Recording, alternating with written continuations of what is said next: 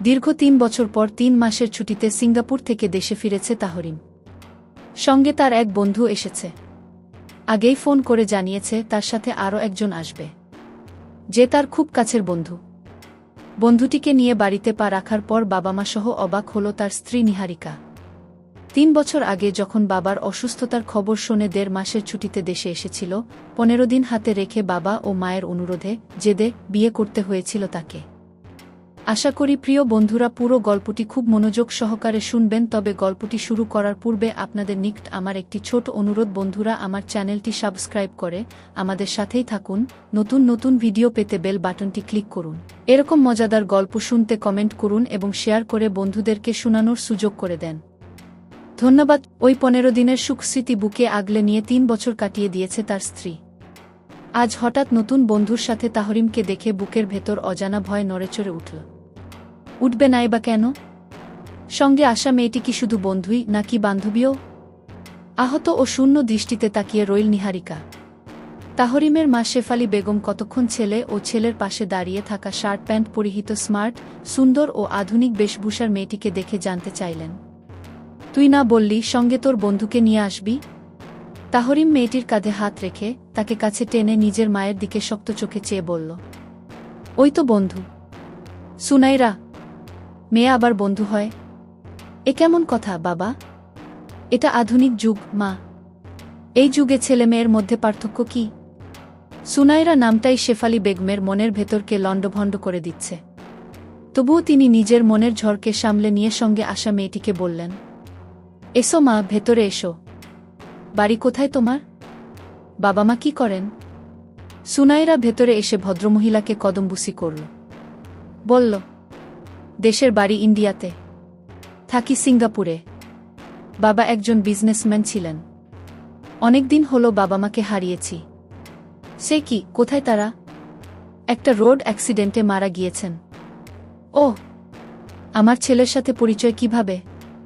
সিঙ্গাপুরেই পরিচয় হয়েছে। ও গাড়ি চালায় না? মাঝে মধ্যে ওর গাড়িতে করে ইউনিভার্সিটি যেতাম। তখন শেফালি বেগম জানতেন, তবুও যাচাই করে নিলেন। নিজের পরিচয় দিতে দিতে তাহরিমের বাবার পা ছুঁয়ে কদমবুসি করতে চাইল সুনাইরা, তাতেই চট করে দুপা পিছিয়ে গেলেন আলফাজ হোসাইন। পিছু হেঁটে চলে গেলেন নিজের রুমে। তাহরিম বাবার এই কাণ্ডে অবাক ও হতাশ হল।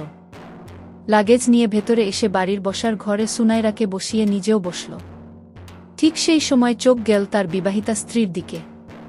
ছলছল চোখ ও মনমরা মুখখানি দেখে উঠে দাঁড়িয়ে দুপা হেঁটে স্ত্রীর মুখোমুখি দাঁড়িয়ে বলল, কেমন আছো? নিহারিকা ঝটপট নিজেকে সামলে নিয়ে বলল, যেমন রেখে গিয়েছিলেন। ভালো নাকি মন্দ সেটা জানতে চাইছি। ভালো থাকার কারণটা যদি দৃষ্টিসীমার বাইরে থাকে তবে কি ভালো থাকা যায়? শুধু কি চোখের দেখাই ভালো থাকার কারণ? কথায় বলে না, চোখের আড়াল হলেই মনের আড়াল হয়ে যাওয়া। এক্ষেত্রেও বোধহয় তাই ঘটেছে। তাহরিম আরও কিছু বলতে চাইল, কিন্তু তার আগেই সুনাইরা এসে দুজনের পাশে দাঁড়াল। নিহারিকার দিকে মুগ্ধ চোখে চেয়ে বলল, তুমিই নিহারিকা? উপরনিচ মাথা নাড়ল নিহারিকা। সুনাইরা তাকে দুহাতে জড়িয়ে ধরে ফিসফিসিয়ে বলল, তুমি খুব সুন্দর দেখতে। তাহরিম তো সবসময় তোমার কথা বলতো, তোমার ভয়েস শুনাত, ছবি দেখাত। আমি দেখতাম আর মুগ্ধ হয়ে তাকিয়ে থাকতাম। তোমাকে দেখার জন্যই তো এত দূরে ছুটে আসা। নিহারিকার বয়স সবে 22। উজ্জ্বল ফর্সা গায়ের রং, মায়াবী চেহারা, নরম মন। ইন্টারমিডিয়েট শেষ করার পরই উকিল মারফত তাহরিমের পরিবারের কাছ থেকে বিয়ের প্রস্তাব গিয়েছিল। মধ্যবিত্ত পরিবারের মেয়ে হওয়াতে বাবা মা ও ভাইয়ের কাঁধের বোঝা হালকা করতে পাত্রের দ্বিতীয় বউ হবে জেনেও নিজের স্বপ্নপূরণের দ্বার থেকে ছিটকে পড়েছিল নিহারিকা। বিয়ের পর পড়াশোনা হয়নি। শ্বশুর শাশুড়ি, দেবরনন্দ, সংসার এসব নিয়েই দিন কেটে যাচ্ছে তার। মন্দ তো নয়, ভালোই। এই 3 বছরে ভীষণ যত্নে সংসারটা সাজিয়েছে সে। শ্বশুর শাশুড়ির মন জয় করেছে। দেবরনন্দের ভরসার আশ্রয় ও ভালো বন্ধু হয়েছে। শুধু হতে পারেনি স্বামীর সবচেয়ে কাছের ও ভীষণ আপনজন। তাই হয়তো এই মেয়েটার কথা অনায়াসেই লুকিয়ে গেল তাহরিম। বুকে চিনচিনে ব্যথা শুরু হলো তার। বিশ্বাসে অদৃশ্য এক আঁচড় পড়ে গেল। মনের দুঃখ আড়াল করে নিয়ে বলল, উনি একটু বাড়িয়েই বলেছেন। প্রশংসা করার মতো এতটাও সুন্দরী আমি নই। আপনি বসুন, বিশ্রাম নিন। আপনাদের জন্য একটু নাশতার ব্যবস্থা করছি। নিহারিকা রান্নাঘরের দিকে পা বাড়ালে তাহরিম তাকে বাধা দিয়ে বলল, নিহার, এখুনি কিছু খাবে না ও। আগে বিশ্রাম করুক, তারপর যা খুশি দিও। আসলে লম্বা জার্নির পর না ঘুমিয়ে কিছু খেতে পারে না। নিহারিকা গভীর চোখে তাকিয়ে রইল স্বামীর দিকে। মনের ভেতর কু ডাকছে, কেমন যেন সন্দেহ হচ্ছে। বন্ধু হলেও তার প্রতি এত যত্নশীলতা থাকতেই পারে, খারাপ না। কিন্তু নিজের ব্যক্তিগত মানুষের ব্যাপারে সেই বন্ধুর সাথে সব কথা শেয়ার করে আবার স্ত্রীর কাছে বিষয়টা গোপন রাখার যুক্তি কি? সম্পর্কে অবিশ্বাস ও সন্দেহ কোনো কিছুই আনতে চাইল না সে।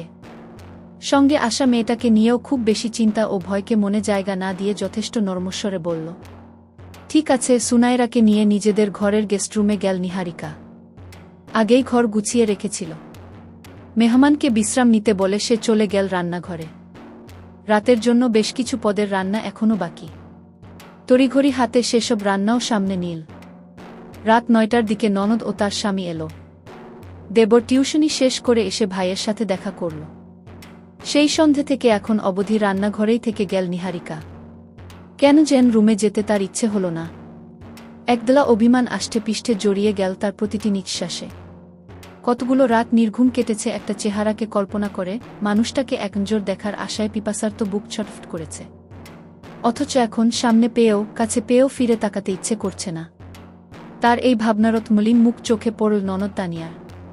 পাশে এসে বলল, কি হয়েছে ভাবি, মন খারাপ?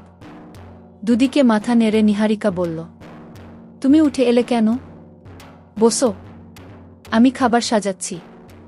চট্টে হাতে সব খাবার টেবিলে সাজিয়ে নীল নিহারিকা। শ্বশুর শাশুড়িকে ডেকে এনে খেতে বসাল। দেবরকে ডাকল।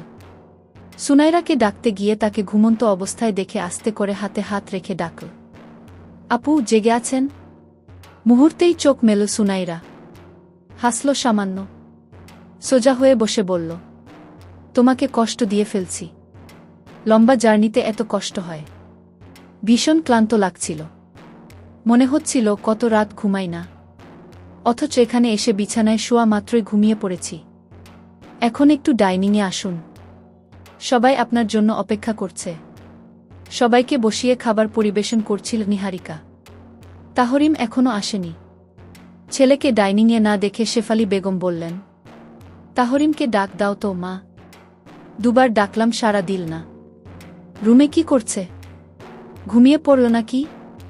শাশুড়ি কথাম তো দুরু দুরু বুকে নিজের রুমের দিকে অগ্রসর হল নিহারিকা। পর্দা সরিয়ে উকি দিয়ে দেখল, চোখের উপর হাত রেখে আতশোয়া হয়ে আছে তাহরিম। জেগে আছে কি না বোঝা যাচ্ছে না। গুটিকায় পা ফেলে সামনে দাঁড়াল। ইচ্ছে হলো খুব করে জড়িয়ে ধরুক মানুষটাকে, এতদিনের অপেক্ষাকে সার্থক করে দিক। কিন্তু কিছু একটা তাকে আটকে দিল। টের পেল গলা শুকিয়ে কাঠ। জিহ্বা দিয়ে ঠোঁট ভিজিয়ে ধীরস্বরে বলল, খাবার ঠান্ডা হয়ে যাচ্ছে, খেয়ে ঘুমান। চোখের উপর থেকে হাত সরিয়ে স্ত্রীর দিকে সরাসরি দৃষ্টি ফেল তাহরিম। টকটকে লাল চোখ দেখে আতকে উঠল নিহারিকা। আলগোছে কপালে হাত রেখে বুঝতে চাইল শরীর খারাপ কিনা। সব ঠিক আছে বুঝতে পেরে বলল, ওভাবে তাকিয়ে আছেন কেন? তাহরিম শক্ত কণ্ঠে বলল, সেটা এসেছি। এখন 10টা। 4 ঘন্টা লাগল আমার সামনে আসতে। আমি তো রান্নাঘরে ছিলাম। ও, রান্নাটাই ইম্পর্ট্যান্ট, আমি না? এই ঠান্ডা মেজাজের মানুষটার সামনে দাঁড়িয়ে থাকলে নিহারিকার ভয় হয়।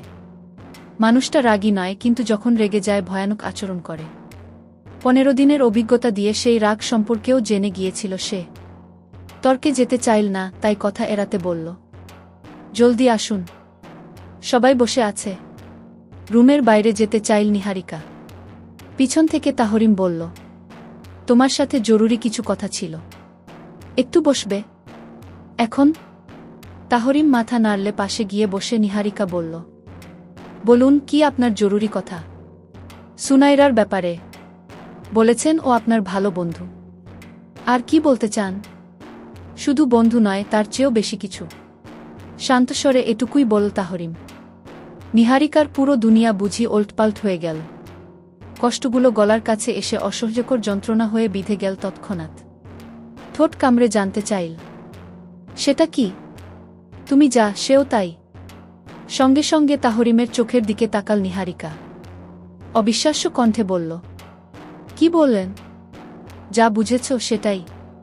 নিহারিকার খুব রাগ হল, কষ্ট হল। দুহাতে তাহরিমের টি শার্টের কলার টেনে ধরে বলল, আমার দিকে তাকিয়ে বলুন, ওই মেয়েটা কে হয় আপনার? আমার স্ত্রী নিহার। আমার একটি ছোট অনুরোধ, বন্ধুরা, আমার চ্যানেলটি সাবস্ক্রাইব করে আমাদের সাথেই থাকুন। নতুন নতুন ভিডিও পেতে বেল বাটনটি ক্লিক করুন। এরকম মজাদার গল্প শুনতে কমেন্ট করুন এবং শেয়ার করে বন্ধুদেরকে শোনানোর সুযোগ করে দেন। ধন্যবাদ।